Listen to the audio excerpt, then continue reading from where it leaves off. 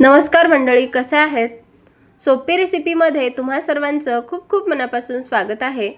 चला तर मग आज बनवूयात अगदी 5 मिनिटांमध्ये तयार होणारा हा डाळिंबाचा ज्यूस. आता बघा, मार्केटमध्ये इतक्या भरपूर प्रमाणामध्ये डाळिंब आलेले आहेत. आपण मार्केटमधून डाळिंब आणतो, पण बऱ्याचदा ते सोलून खाण्याचा इतका कंटाळा येतो ना. पण तुम्ही जर असा हा ज्यूस बनवून पिलात ना, तर तुमच्या शरीराला खूपच उपयुक्त असा हा डाळिंबाचा ज्यूस आहे. नेहमीप्रमाणेच रेसिपी अगदी साधी सोपी आणि भरपूर साऱ्या टिप्ससह तुमच्यासोबत शेअर केली आहे. रेसिपी शिकायची असेल तर व्हिडिओ शेवटपर्यंत नक्की बघा आणि कुठल्याही क्षणी जर तुम्हाला व्हिडिओ आवडला असेल तर प्लीज माझ्या चॅनलला सबस्क्राईब करा, लाईक करा, सोबतच बेल आयकॉनवर क्लिक करा आणि माझ्या रेसिपी तुम्हाला कशा वाटतात मला नक्की कमेंट करून सांगा. इतका मस्त हा ज्यूस लागतो ना. चला तर मग रेसिपीला सुरुवात करूया. डाळिंबाचा ज्यूस बनवण्यासाठी सगळ्यात अगोदर इथे मी एक 5 ते 6 डाळिंब असे सोलून घेतलेत. तर बघा, डाळिंब सोलल्याच्या नंतर त्यामध्ये सुद्धा काही खराब वगैरे डाळिंबाचे बी असतात, तर ते काढून टाकायचे.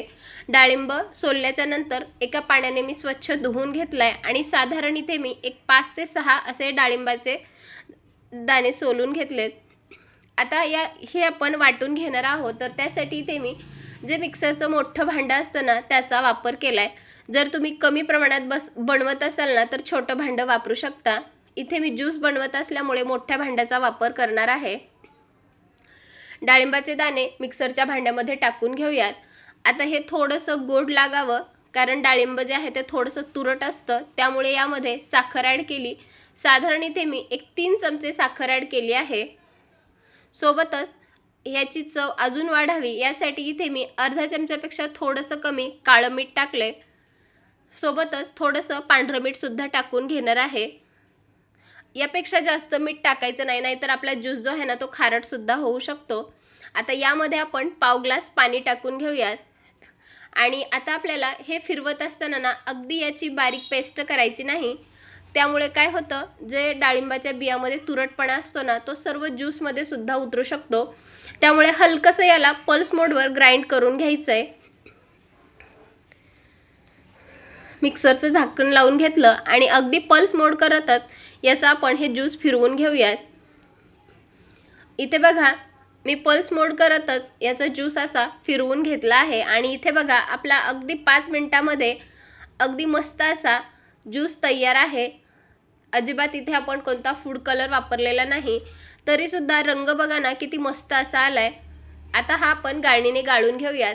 त्यासाठी एक पातेलं घेतलं, त्यावर अशी ही गाळणी ठेवायची आणि हा जो ज्यूस आहे ना तो आपल्याला गाळून घ्यायचा आहे. यामुळे काय होतं, जे ज्यूसमध्ये बी आणि जो चोथावर राहिलाय ना तो वरच राहतो असं गाळणीमध्ये. आता पूर्ण याला चांगलं गाळून घ्यायचं आहे.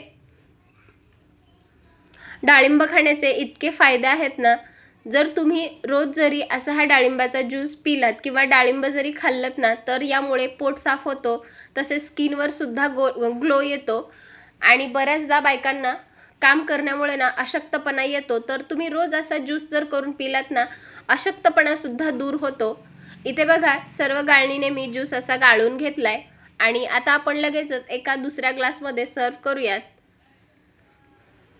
तुम्ही बघू शकता याचा रंग किती मस्त आलाय. अगदी मस्त असा रंग आहे. आणि जर तुम्हाला लिंबू यामध्ये पिळलेला आवडत असेल ना तर अगदी 2 ते 3 थेंब यामध्ये तुम्ही लिंबू सुद्धा पिळू शकता. आता आपण एका ग्लासमध्ये सर्व करूयात.